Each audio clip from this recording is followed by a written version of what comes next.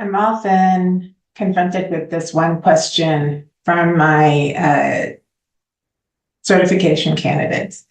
And the question is, if the students are learning English, isn't more English better? And so that is a great question because it seems like more English would be better, right? I mean, if we think about when we want to fill up our car with gas, what do? Well, physics dictates that if we go and we fill up our car with gas, we just dump that gas in there and just fill her up, right?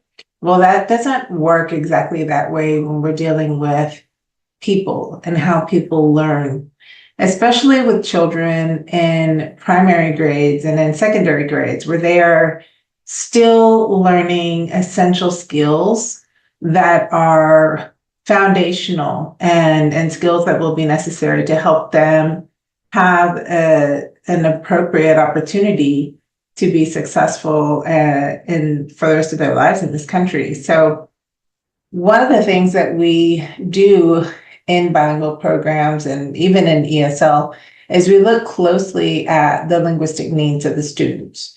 And so that is why it's so critical that educators and administrators be aware of the language descriptors, making reference to, Texas's TELPAS, but that would be aware of the language proficiency levels of our students before we start the year out. Why? Because it really helps us make accommodations that are necessary for our students so that they can have comprehensibility and so that we know what type of supports we need to use in class in order to make the learning more understandable for our students. So going back to fill her up, right? How come it doesn't work like that? Well, first of all, there's a 5 to 7 year time frame looking at research and thinking about making reference to some old research, admittedly, but it's still research that is used every day as we build and develop professional development in public schools. And that is the Bixen Calc research from Dr. Jim Cummins. And so basically what it says is, students take 1 to 2 years to develop their social language. And this is their basic interpersonal communicative skills, which really just, boils down to social language. So it takes them about 2 years to be able to have very light social conversations.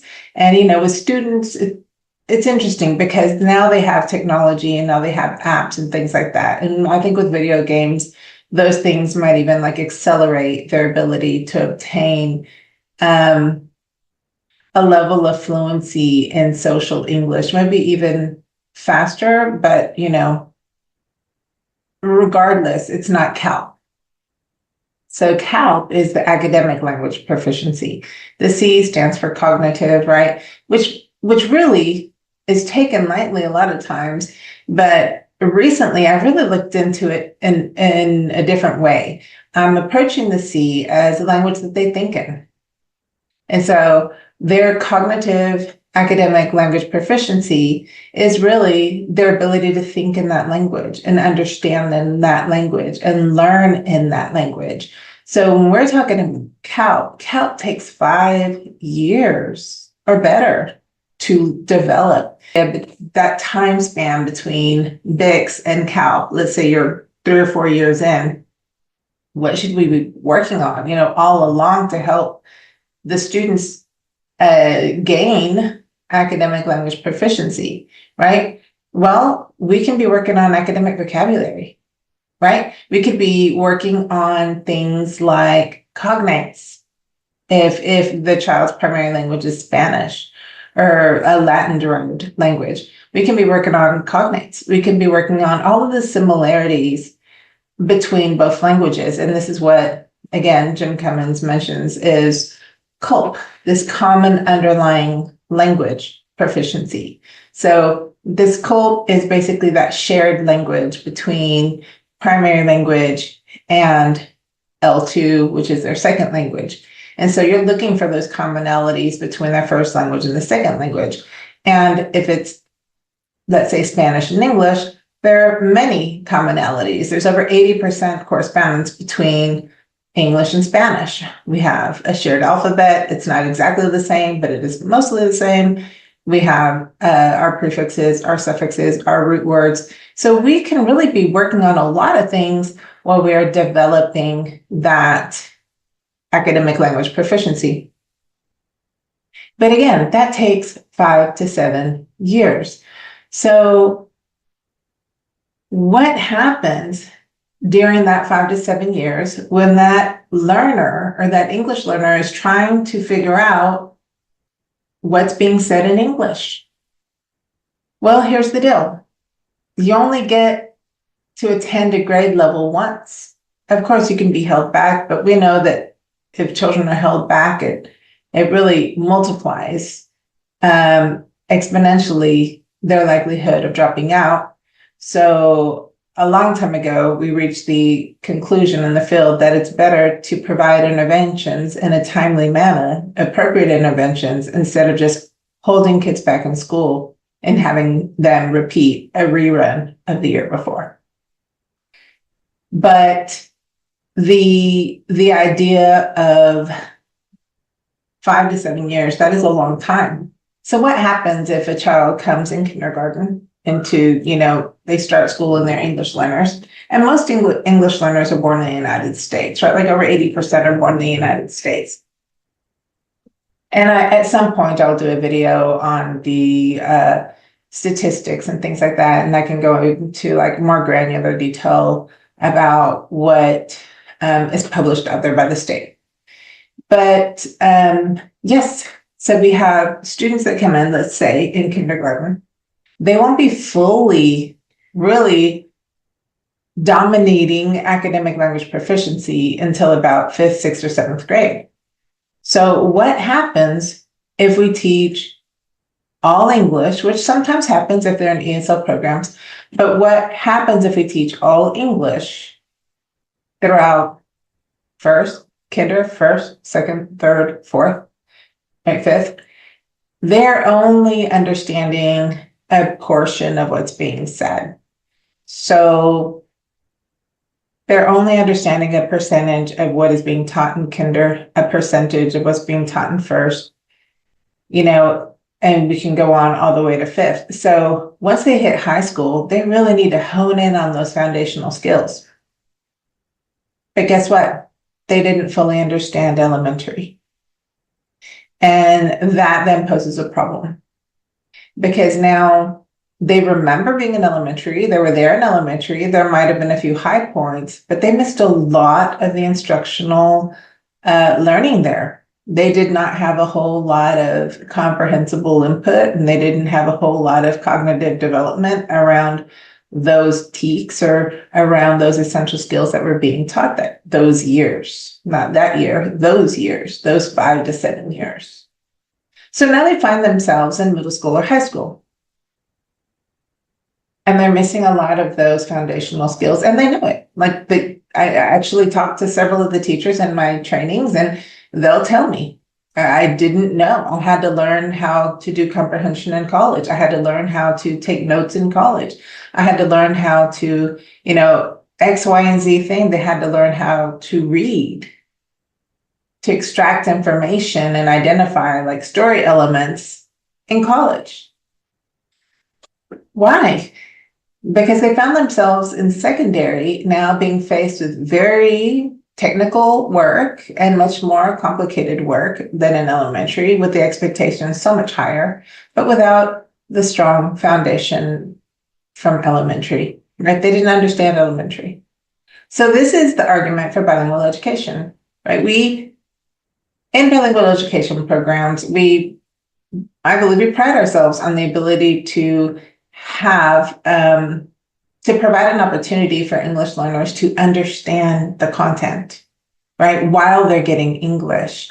So if you think about it, we have 5 to 7 years for students to get 100% of English. So, and that's if every teacher along the way is doing their best in teaching academic vocabulary, providing opportunities for discussion and conversation, because accountable talk and discussion is really critical when it comes to students processing and mastering academic vocabulary. That is underestimated, and that needs to be taking place, in my opinion. Every 15, 20 minutes, there needs to be a little brain break where they talk about the words or they talk about their learning. So what we're looking at is providing students the opportunity to get back to developing that language and that foundational piece in their critical foundational years in bilingual programs. And that's when we start looking at like quality bilingual programs. I am not going to, go into great detail in this video about quality bilingual programs. I will just simply defer to dual language. And in dual language programs, we have part of the day that's being taught in Spanish, and that is Spanish language arts. So students are being taught how to read in Spanish because that's the language that you understand. It's easier to learn how to read when you understand the language. Then you have, typically you have Spanish language arts, and that includes writing, reading, and sometimes social studies. And the other half of the day will be in English, and that's typically math and science. Okay. And there's all sorts of variations, and that's fine. I mean, this is not that video to talk about that. My point here is 50% of the day, they're getting taught in a language that they understand. And most critically, they're learning how to read in the language that they understand. So once they gain literacy, that's transferred over into English. I'm going to say something that is not often said. It is all 100% of their Spanish literacy skills are being transferred into English. Not all of them are being used because it's not a perfect exact fit. I think it's a good time right now, as good as any, to remind you that we have 16 vowel sounds in English, and we only have 5 vowel sounds in Spanish. I present to you that does pose a wondering in my head. I'm always wondering, where is the child getting those other 11 vowel sounds taught to them, right? Because it's difficult, right? You transfer in from Spanish to English literacy, but it's not an exact fit. There's a few little nuances that need to be ironed. So let's keep that in mind, right, when it comes to our students. So that learning transfers, and those literacy skills transfer. And if we have done a fabulous job teaching prefixes and suffixes and root words and cognates in elementary, our students, we know, will not only develop a strong academic vocabulary because they understand morphology, they understand how words come together and how they're put together. They will also have a strong literacy background, right? Because they were able to learn how to read in a language that they speak. But they'll also have their English, because in the other half of the day, right, in the English portion of the day, they're learning English and they're getting sheltered instruction. And so this is, and oftentimes they're getting bridging and all sorts of other cross-linguistic connections, which I haven't called them just that, but I've made reference to them here. I'll probably do a video on CLCs soon. But yes, so the students are getting access to their English. They're developing their English 15, 20% a year, which is absolutely great and absolutely appropriate. My thoughts would be, how can we capture this 15 to 20% a year and really lean into that academic vocabulary that is integral to the grade level that they're in, right? And so they're gaining that academic knowledge in Spanish while they're gaining that academic and linguistic development in English. And so they're developing both languages at the same time.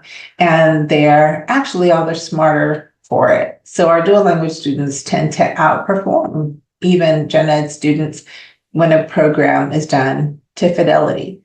And so what does this mean for those students? Well, those students, they have a totally different opportunity than the students that I first made reference to.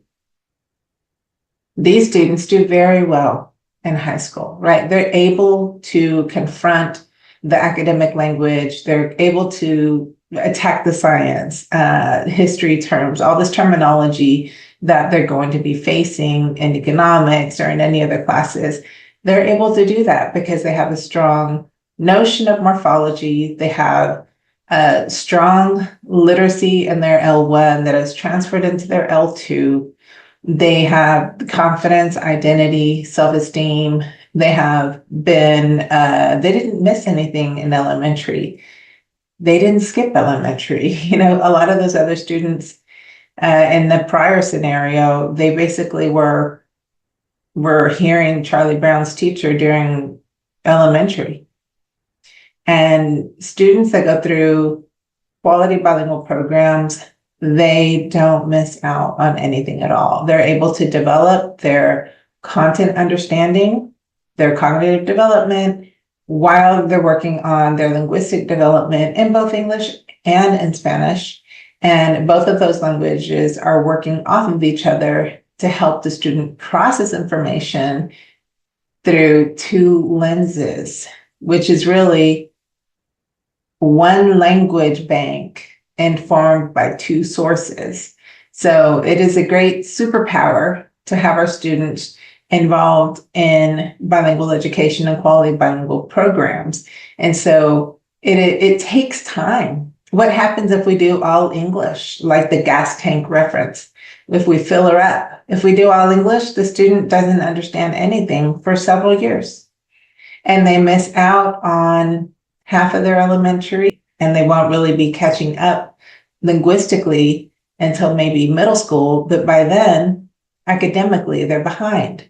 So filling her up is not effective. That's not an effective method for teaching students that need to learn how to read, that need to learn life cycles, that need to learn how to add, subtract, multiply, and divide. Filling her up is not the answer. The answer is opportunity and linguistic accommodations and cognitive development. And that's provided in a solid bilingual education class.